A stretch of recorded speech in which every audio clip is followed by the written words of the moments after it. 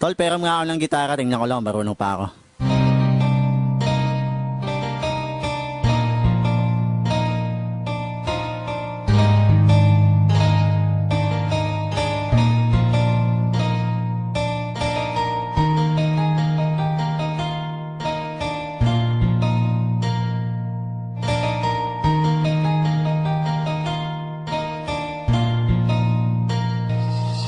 Hindi ba simula sa pagkabata tayo'y madalas na naghahabulan, walang pakialam kahit na madulas ka.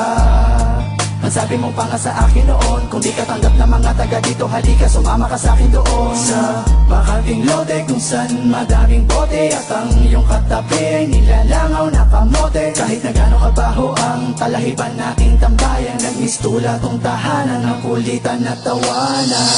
Eh paano na yan? Gutom na ako, di na ako makakatagal. Ang sabi mo tayo'y magtapon basura o di kaya ay mga pasa kanal o mga lakal ng bote at bakal doon natin bebenta kay nanahuli. Saka na lang tayo humanap uli kapag laman ng tiyan ay wala na uli.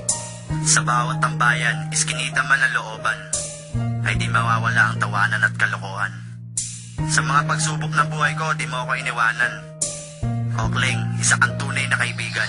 Inuman tayo! Sige, kaso wala kong pang-abono. Ang may aambag ko lang ay ang kanta kong wala sa tono. Silong tayo sa aking kubo kasi medyo umaambon. At pagsaluhan natin ang niluto kong pansit kanton. At sa katokwa, kasama ka lagi pag-istokwa.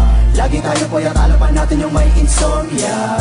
Yung gitara, bukas mo na lang isole. Huwag mo lang ilalayo, baka makita ng may-ari.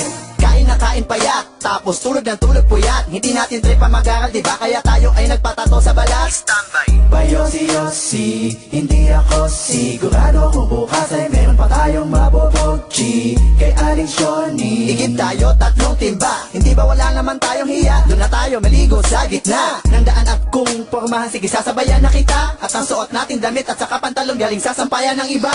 at nung tayo'y magbinata, tila lalong lumala ang kasalanan, di na natin namalayan. Nakasanayan sa ating buhay, laging merong kaguluhan. Ang kulungan, nagmistula nating bahay bakasyonan. At paglaya natin, nagtatawanan pa nga tayo. Kasi mga kalbo tayo, para tayong albonaryo. At natalo ako sa sugal, pwede pa utang naman, di ka nagdalawang isip at ako'y pinagbigyan. Andito na ang kaibigan ko. Andito na ang kaibigan ko.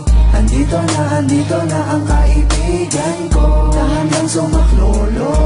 Di ba magne-negosyo tayo tapos magkasosyo tayo. Sa sarili nating kumpanya ay mga bosyo tayo. Dahil minsan nangarap tayong dalawa na makaahon sa hirap. Pero papaano?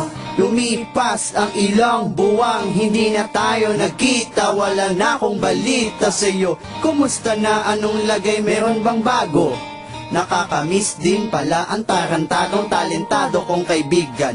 Teka, nag-text sa'yo, isang masamang balita na ikinasama ng aking loob. At hindi ko napigilan ang pagluha ng mata nang mabasa kong patay ka na pala. Mabilis ang mga kaganapan, di na namin naagapan. May mga usap-usapan na wala ka na.